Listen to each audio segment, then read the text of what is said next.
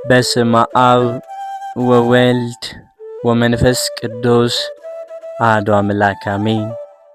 በክርስቶስ ክርስቲያን በወልድ ወልደ እግዚአብሔር በመንፈስ ቅዱስ መንፈሳውያን የተሰኛችሁ የኃያሉ የልዑል እግዚአብሔር ቤተሰቦች የእናታችን የቅድስት ድንግል ማርያም የአስራት የበኩራት ልጆች እንኳን ለ2018 የገና ዋዜማ ጾመ ጋድ በሰላም በጤና ደረሳችሁ።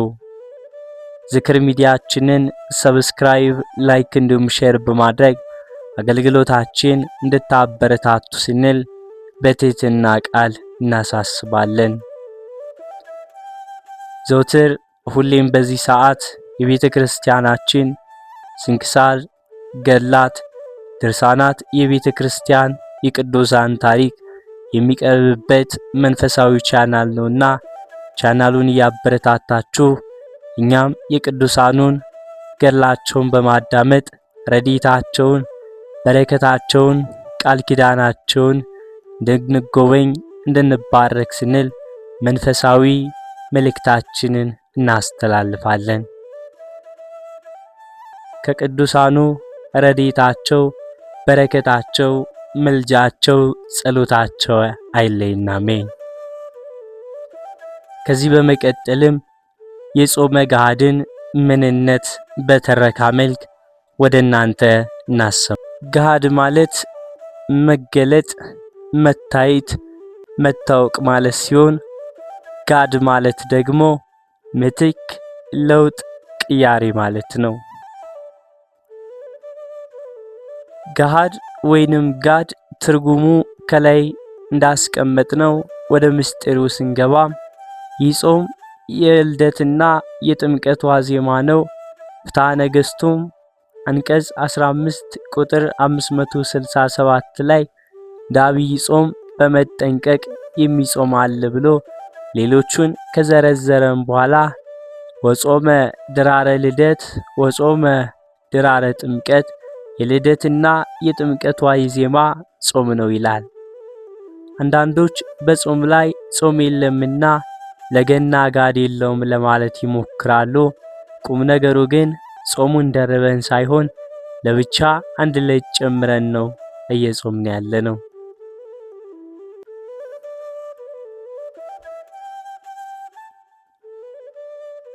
ይኸውም የነቢያት ጾም ሶስቱ ቀናት አንዱ የመበሰር የጌታ፣ ሁለተኛው የተበሳሪ የእመቤታችን፣ ሶስተኛው የአብሳሪ የቅዱስ ገብርኤል ነው።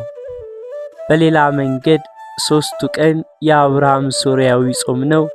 ይህ አባት በሶስት ቀን ሱባዔ ተራራ ማፍለሱን ታኅሳስ 6 የሚነበበውም ስንክሳር ይናገራል። ስለዚህ ከ44ቱ ቀናት 40ው የነቢያት፣ ሶስቱ የጌታ፣ የእመቤታችን፣ የቅዱስ ገብርኤል፣ የአብርሃም ሶርያዊ፣ የፊልጶስ ደቀ መዛሙርቱ ሊቀብሩት ስጋው ተሰውሮባቸው 3 ቀን ጾሞ ያገኙበት 44ኛዋ ቀን የዓለምን ተቀናቃኝ ገሃድ ወይንም ጋድ ናት። ገሃድ መገለጥ ነው። ባሕርየ መለኮቱ የማይታየው ጌታ በተዋሕዶ ትስብእት ስለተገለጠልን መቀበያ አድርገን እንጾመዋለን። ጋድ የተባለው ግን የጥምቀትና የልደት በዓል ዓርብና ረቡዕ ቢውሉ ጾም የለምና ለዚያ ምትክ ማለት ነው። ይህንን ፍትሐ ነገሥት አንቀጽ 15 ቁጥር 566 እንዲህ ይገልጸዋል። ዋዲ ረቡዓ ወዓርበ በኩሉ ሱባኤ ዘንበለ መዋዕለ 50 ወባለ ልደት ወጥምቀት ሶበ ሀብሩ ቦሙ። ዳግመኛም ሮብና ዓርብን በየሳምንቱ ሊጾሙ ይገባል። በበዓለ 50 በስተቀር እንዲሁ ልደትና ጥምቀት ጊዜ ገጥሟቸው ሮብና ዓርብ በሚውሉበት ጊዜ በቀር ተብሎ ተጽፏል። ከዚህ የምንረዳው ልደትና ጥምቀት ዓርብና ረቡዕ ሲውሉ ጾም አለመኖሩም ሲሆን ምክንያቱ ደግሞ በምትካቸው አንድ ቀን የምንጾምላቸው መሆኑ ነው። የጥር 11 ቀን ስንክሳርም እንዲህ ይላል። ከላይ የገሃድን ነገር እያብራራ ከመጣም በኋላ በዚህችም ዕለት ምዕመናን እስከ ምሽት እንዲጾሙ ያዘዘበት ምክንያቱም ይህ ነው። የልደትና የጥምቀት በዓል በረቡዕ ወይንም በዓርብ ቀን ቢሆን በበዓለ ሃምሳ የሚበላውን የጽሉላት መብል ሥጋ፣ ወተት፣ እንቁላል በጠዋት መብላት ምዕመናን ሁሉ በዓሉን እንዲያከብሩ የከበሩ አባቶቻችን ሐዋርያት አዘዋል። እነዚህ ሁለቱ የእግዚአብሔር ታላላቅ በዓላቶች ናቸውና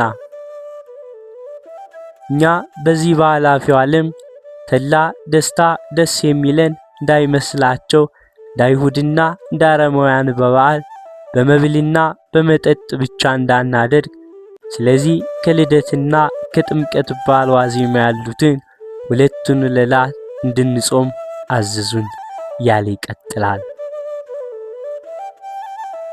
ይህ ሆኖም ሳለ አንዳንድ ሰዎች በዚሁ በጥር 11 ቀን ስንክሳር መጨረሻ ላይ ያለውን አርኬ ጠቅሰው ከላይ የተነበበውን ሙሉ ንባን ዘግተውና ትተው ለገሃድ ለገና የለውም ለማለት ሰላመብል ለጾመ ዕለት ዋሕድ ዘስሙ ገሃድ ስሙ ገሃድ ለሚባል የአንድ ቀን ጾም ሰላም ላለው የሚለውን ይጠቅሳሉ። ጥቅሱ ቁርበተ ነክ ነው። ሙሉ ስንክሳሩ ሲነበብ አንቆላፍቶ ወይንም ስንክሳሩን ሳይሰማ ካርኬው ብቻ ላይ ለደረሰ ይመስለዋል እንጂ የጥር 11ዱ ስንክሳር በማያሻማም ሁኔታ በግልጽና በዝርዝር አስቀምጦታል። ገሃድም ለልደትም ለጥምቀትም የተሰራ ነው። ዋሕድ ያለው የልደትና የጥምቀት ገሃድ አንድ ተብሎ ስለሚቆጠር ነው። 44ቱ ጾመ ነቢያት አንድ ተብሎ እንደሚቆጠር ገሃድ የሌላቸው ጾመ ሐዋርያት፣ ጾመ ፍልሰታ፣ ፋሲካቸው ከረቡዕና ከዓርብ ላይ ሲሆን ይጾማሉ። ከላይ የዘረዘርነው የገለጽነው ጾመ ነቢያትም ጾመ ነነዌ የነነዌ ሰዎች ከእሳት የዳኑበት አብይ ጾም አብይ እግዚአብሔር ወልድ ሰው ሆኖ የጾመው ጾመ ሐዋርያ አባቶቻችን ሐዋርያት መንፈስ ቅዱስን ተቀብለው ለስብከተ ወንጌል ከመውጣታቸው በፊት የጾሙት ጾመ ፍልሰታ ለማርያም፣ ጾመ ሐዋርያት የእመቤታችን ትንሣኤና ዕርገት ለማየት ያበቃቸው ጾም፣ ጾመ ረቡዕ ወዓርብ ረቡዕ ጌታችን ሞቶ የተወሰነበት፣ ዓርብ ተሰቅሎ የሞተበት ነው። ይህንን አውቆ የማይጾም እየጾመም የማያውቅ ክርስቲያን ሰነፍ ደካማ ይባላልና እናት ተምራ ለልጇ አባት ተምሮ ለልጁ ሊያስተምረው ይገባልና በዚህ መልኩ ጾመ ገሃድን ማክሰኞ ስንጾም ውለን ሮብን እንበላለን ማለት ነው። የ2018 ጾመ ገሃድ በዚህ ይተረካል።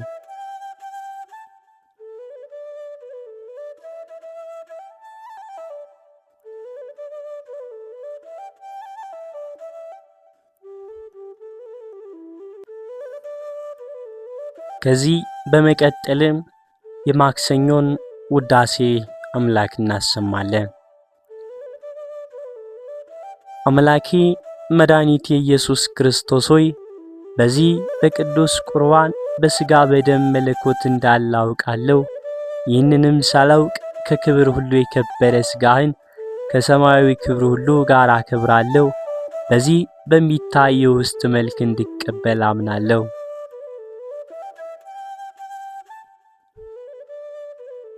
ከክብር ሁሉ የከበረ ደምህን ከሰማያዊ ክብር ሁሉ ጋር አከብራለሁ። በዚህ በሚታየው ወይን መልክ እንድቀበል አምናለሁ።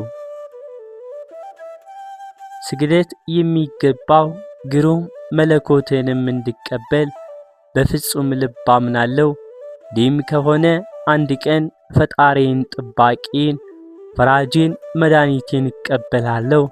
ዳግመኛ ይህንን ቅዱስ ቁርባን በህብስትና በወይን አካል እንደማገኘው አምናለሁ። ህብስትና ወይን መሆን እንደሌለበትም አምናለሁ። የዓለም ሁሉ ፈጣሪ በመንግሥተ ሰማያት ኪሩቤል ሱራፌል የሚሰግዱልህ አንተ ነህ። ንጉሠ ነገሥት አንተ ተሰውረበት እንዳለ አውቄ አምኜ እቀበለዋለሁ።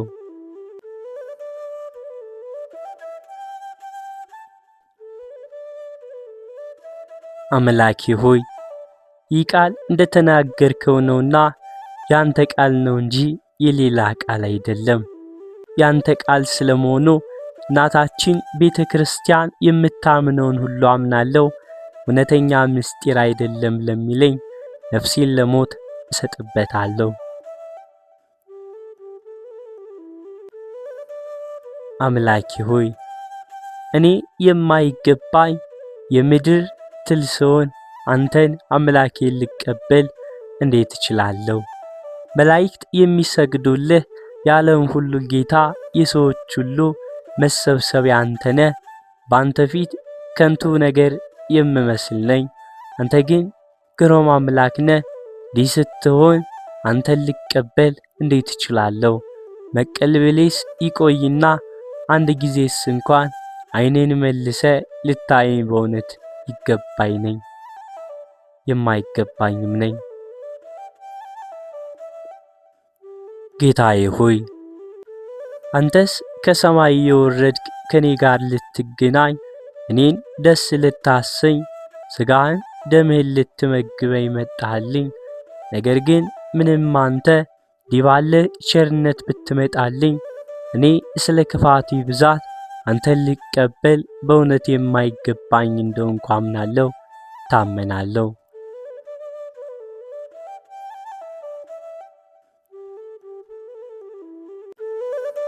ዳግመኛም እኔ በአንተ ፊት የተዋረድኩ የማረባ ጥቅም የሌለኝ ፍጡር ነኝ።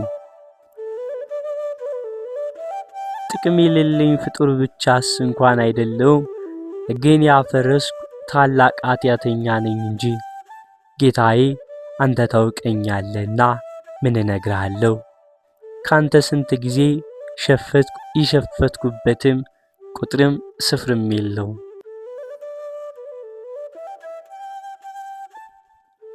የነፍሴ ጌታ የነፍሴ ንጉሥ አንተ ብቻ ስትሆን በሽፍትነቴ ብዙ ጊዜ ከነፍሴ አስወጥቼ ሰድጄሃለሁ። በአንተ ቦታ ስለኔ ፈንታ ያንተንና የኔን ጠላቶች ዛሬ አግብቼ አኑሬያለሁ። አግብቼ ያኖርኳቸውም ያንተና የኔ ጠላቶች ሰይጣንና ኃጢአት ናቸው። አንተ ግን ምሕረት ልማድ ነውና እኔ እንዲህ ያለ ክፋት ሳላደርግብህ የኖርኩ ክፋቴን ሁሉ ሳታስብ በመሐሪነትህ ወደ እኔ ትመለሳለህ። ዕድሜ ለንስሐ ትሰጠኛለህ። ራስንም ሰጥተህ በነፍሴና በሥጋዬ ባለቤት ትሆናለህ። ይህንንም ሁሉ ማድረግ ለእኔ ፍቅርን ለማብዛት ብቻ ነው እንጂ ከኔ ትርፍ ነገር አገኛለሁ ብላ አይደለም።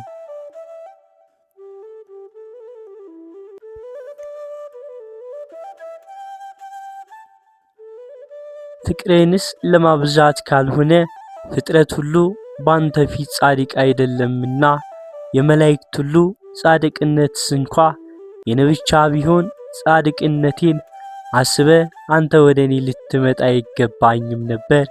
እኔም አንተን ልቀበል የሚገባኝ ከቶ አይደለሁምና።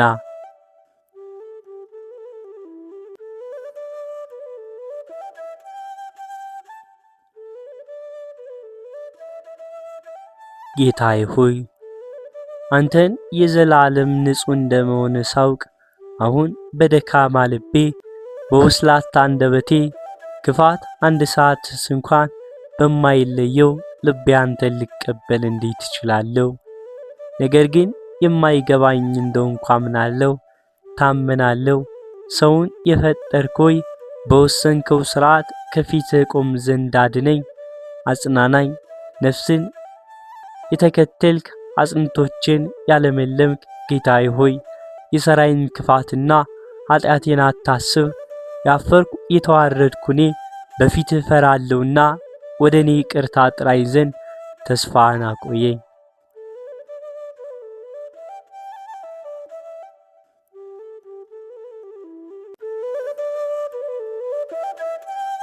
አቤቱ ስምህን ለካደ የሠራኸውን አስብ፣ ከካደም በኋላ ከገሃነም አውጥተህ ተድላ ወደሚደረግባት ወደ ገነት መለስከው።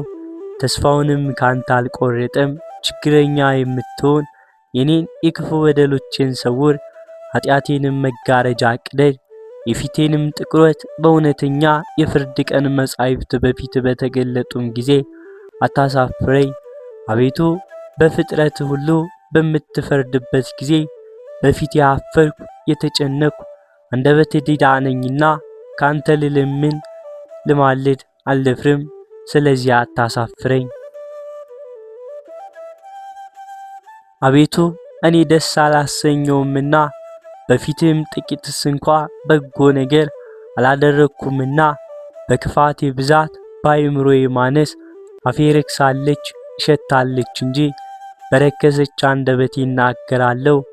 ያደፈ ፊቴንም ወደ አንተ አቀናለሁ። ይቅር እንድትለኝ ወደ አንተ ለምን እማልድም ዘንድ እኔ ፍጥረት ነኝና በምታስፈራ በምታስደነግጥ በግርማ መለኮት በተገለጽክም ጊዜ ኃጢአቴን ተመልክቼ ከፊት ሳልቆም መላእክትስ እንኳን አንተን ለማመስገን አንተን ለማድነቅ በወረዱም ጊዜ በገናና ስምህ ስላመኑ በመከራ በመገዛት የነበሩ ሰዎች ሁሉ ሕዋሳት ይሰበሰቡ ዘንድ በነጋሪት በተጠሩም ጊዜ ፍጥረት ሁሉ የኃጢአት ሸክም ተሸክሞ በሚያስፈራ ዙፋን ፊት በሚቆምበት ጊዜ የሰሩትን ክፉንም በጎንም ሁሉ ያን ጊዜ ስራችን ይታወቃል።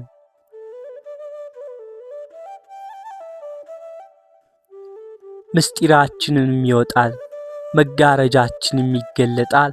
አቤቱ የአሳራችንና የኀፍረታችን ደብዳቤ በመላእክት ፊት ይዘረጋል። ስራችን ሁሉ በፍጥረት ሁሉ መካከል ይነበባል።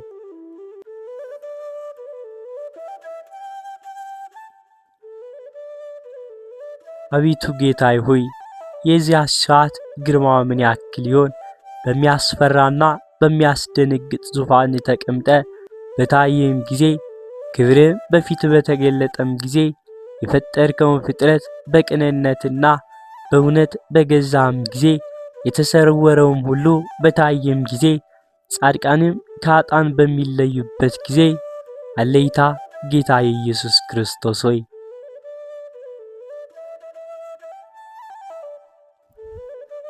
የመከራዋ ግርማ ሊያዩዋ ስለሚያስጨንቅ ስለዚያች ሰዓት ይቅርታን እፈልጋለሁ።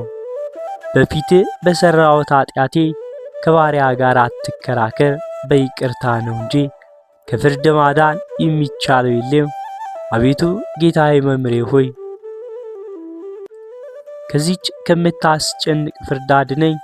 የሕይወቴ አይደለ ፍርድ ከእርሷ ስለመጣበት ሰው ሁሉ የሚጨነቅባት አሁንም ጌታዬ ሆይ ነፍሴን ከዚያ ሰዓት ታድናት ዘንድ ከገሃነም ፍርድ ታድነኝም ዘንድ ለምናለሁ። በለጋስነትና በቸርነት በርኅራኄ ከወዳጆች ጋር ትቁጥረኝም ዘንድ አሜን ይደረግልኝ።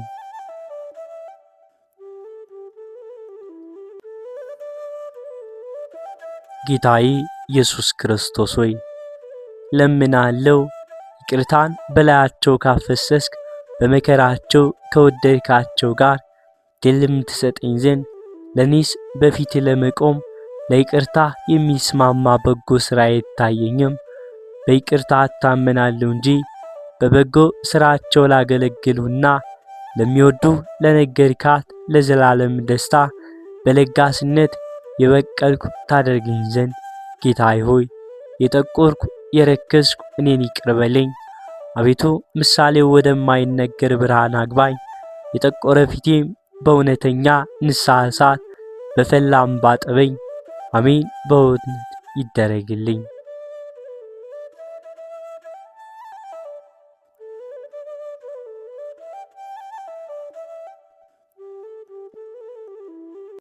አምላኬ ሆይ ነፍሴን ወደ አንተ አነሳለሁ። አቤቱ በአንተ አምኛለሁና ለዘላለሙም አላፍርም። ጠላቶችም ደስ አይበላቸው፣ በአንተ ያመኑ ሁሉ አያፍሩምና። ዘውትር የሚበድሉ ግን ይፈሩ። አቤቱ መንገድህን አመልክተኝ፣ ፍለጋህንም አስተምረኝ። በቸርነትህ ምራኝ። አንተ ኃይሌ ነህ መድኃኒቴም ነህና አዘንልኝ። ዘውትርም አንተን ተስፋ አደርጋለሁ። አቤቱ ይቅርታን አስብ፣ ቸርነትም ለዘላለም ነውና። ባለ ዕውቀቴና በልጅነቴ ጊዜ የነበረ ኃጢአቴን አታስብብኝ። አቤቱ ስለ ቸርነትህ እንደ ይቅርታ አስበኝ እንጂ። እግዚአብሔር ቸር ነው ቅንም ነውና፣ ስለዚህ የሚስቱትን መንገድን ይመራቸዋል፣ ለቅኖችም ፍርዶችን ያስተምራቸዋል፣ ለገሮችም መንገድን ያመለክታቸዋል። ኪዳኑንና ምስክሩን ለሚጠብቁ የእግዚአብሔር መንገዱ ይቅርታና እውነት ነው። አቤቱ ኃጢአቴ ብዙ ነውና ስለ ስምህ ይቅር በለኝ። እግዚአብሔርን የሚፈራ ሰው ማን ነው? እሱም የመረጠውን መንገድ ይመራዋል። ነፍሱም በመልካም ቦታ ታድራለች፣ ዘሩም ምድርን ይወርሳል።